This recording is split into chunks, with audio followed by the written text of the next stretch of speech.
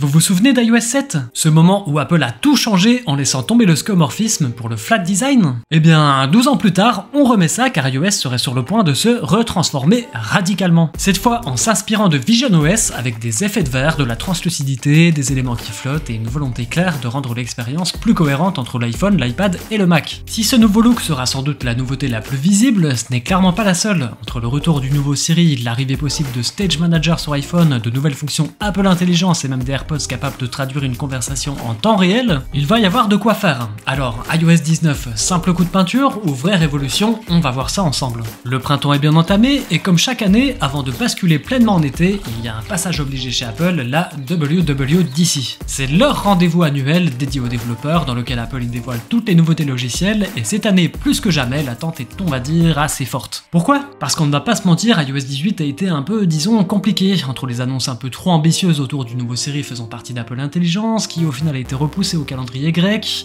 la frustration s'est vite installée, tout comme le questionnement sur ses réelles avancées dans l'IA. Le 9 juin, date à laquelle le keynote aura lieu, elle doit rassurer et montrer qu'elle est toujours au sommet de sa forme. Alors, pour redorer un peu son image et faire oublier ce passage à vide, quoi de mieux qu'un changement qui saute aux yeux dès le premier allumage de l'iPhone? Et oui, comme je l'ai dit en introduction, Apple s'apprêterait à changer l'interface d'iOS, et pas qu'un peu. iOS 19 pourrait bien marquer la plus grosse refonte depuis iOS 7, et pourrait même aller plus loin puisque le style des icônes, des menus, des fenêtres et de la navigation système serait également repensé en s'inspirant de ce qu'on trouve sur le Vision Pro. Allez, avant de continuer, petite pause nostalgie, souvenez-vous de ces merveilleuses icônes, ou de l'interface dans Notes, Find My ou Game Center avant qu'iOS 7 aplatisse tout avec l'arrivée du flat design. Ok, bon, bref, on repartirait donc pour une bonne grosse refonte. Et à quoi est-ce que ça pourrait ressembler? Dur à dire, mais si on prend visionOS actuellement, on peut imaginer plusieurs choses. À commencer par les icônes qui pourraient s'arrondir, voire devenir complètement rondes. Est-ce qu'Apple laisserait le choix dans les options de personnalisation apparues avec iOS 18? Dur à dire, mais j'espère. N'hésitez pas à me dire si vous êtes team icône squircle ou ronde d'ailleurs.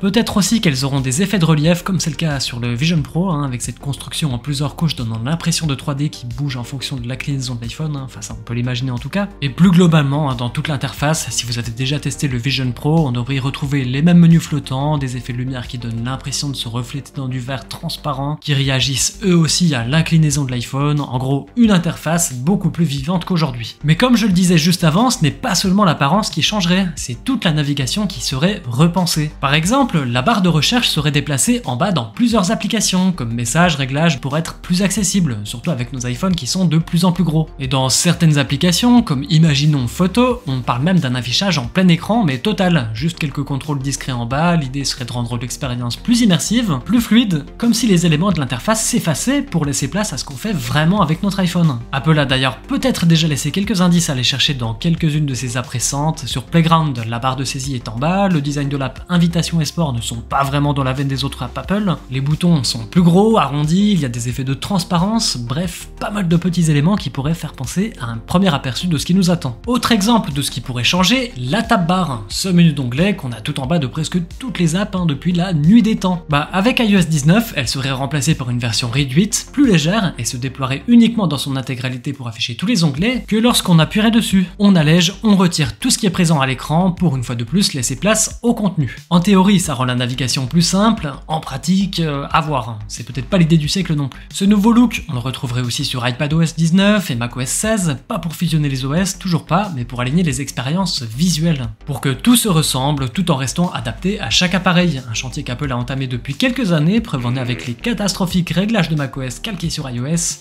mais qui pourrait enfin se concrétiser pleinement en 2025. Un pari énorme pour iOS qui n'a pas vraiment changé de visage depuis plus de 10 ans, et quand on sait que l'iPhone représente à lui seul la moitié des revenus d'Apple, autant dire qu'ils ont pas le droit à l'erreur. Mais évidemment, une belle interface, aussi moderne soit-elle, ne suffit plus aujourd'hui. En 2025, ce qu'on attend surtout, c'est un système plus intelligent, et c'est là qu'entre en jeu Apple Intelligence. À la base, certaines des plus grosses nouveautés de Siri étaient censées arriver avec iOS 18, sauf que ce n'était pas prêt. Les promesses d'un assistant plus contextuel, plus naturel, capable de comprendre ce qu'on fait à l'écran ou de retrouver un fichier mentionné dans un message, tout ça, c'est jamais arrivé avec iOS 18.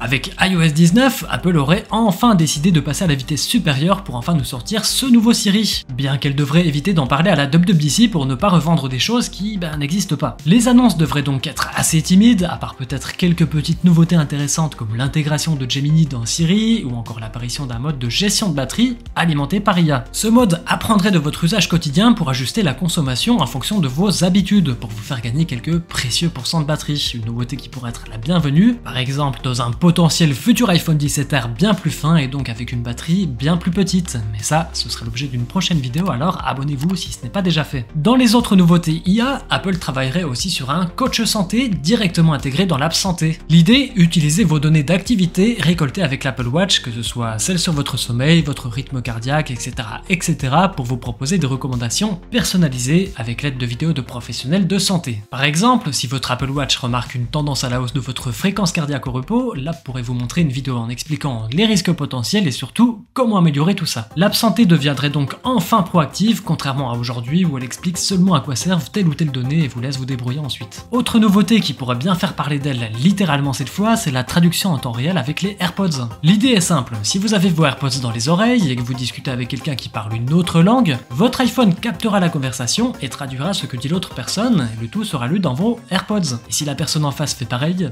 vous pourrez tout simplement tenir une conversation dans quasi n'importe quelle langue. Incroyable, non? Il y a juste à espérer que ça fonctionne un peu mieux que sur les Pixel Buds. Bon, et puis il y a cette rumeur un peu surprenante, à prendre avec des grosses pincettes pour le coup, mais Stage Manager arriverait sur iPhone. Ouais, la même fonction qu'on connaît déjà sur Mac et iPad qui permet de gérer plusieurs fenêtres d'app en même temps. N'imaginez pas splitter votre écran d'iPhone en deux pour afficher deux applications en même temps, non, là l'idée serait d'activer Stage Manager lorsqu'on branche son iPhone à un écran externe via USB-C. Un peu comme ce que fait Samsung avec Dex depuis des années. Alors évidemment ça ne transformera pas votre iPhone en Mac, mais pour certaines tâches rapides, en tout cas ça pourra franchement dépanner. Comme chaque année maintenant, Apple a déjà commencé à teaser certaines nouveautés et c'est du côté de l'accessibilité que les annonces sont arrivées en premier. On y retrouve un mode lecteur présent partout dans le système, de nouvelles étiquettes dans l'App Store pour repérer les apps compatibles avec VoiceOver, un suivi des yeux pour naviguer sans toucher l'écran amélioré, la possibilité de cloner sa voix en seulement 10 phrases, mais la plus impressionnante, c'est la fonction de contrôle par interface cerveau-ordinateur. Apple travaille sur un protocole qui permettrait à des personnes équipées de puces cérébrales de contrôler leur iPhone ou leur iPad sans le moindre mouvement physique. Alors évidemment, c'est destiné à des utilisateurs très spécifiques, mais ça montre à quel point Apple pousse loin ses efforts en matière d'accessibilité, et ça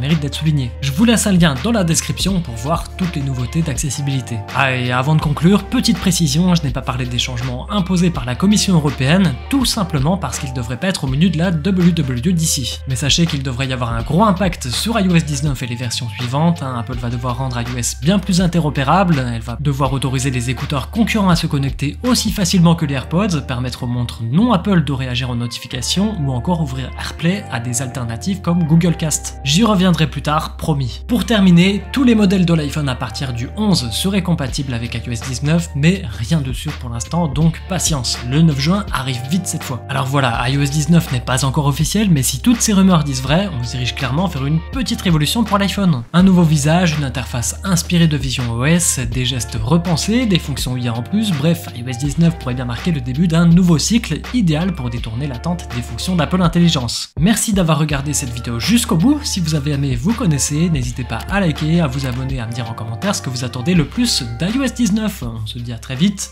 ciao.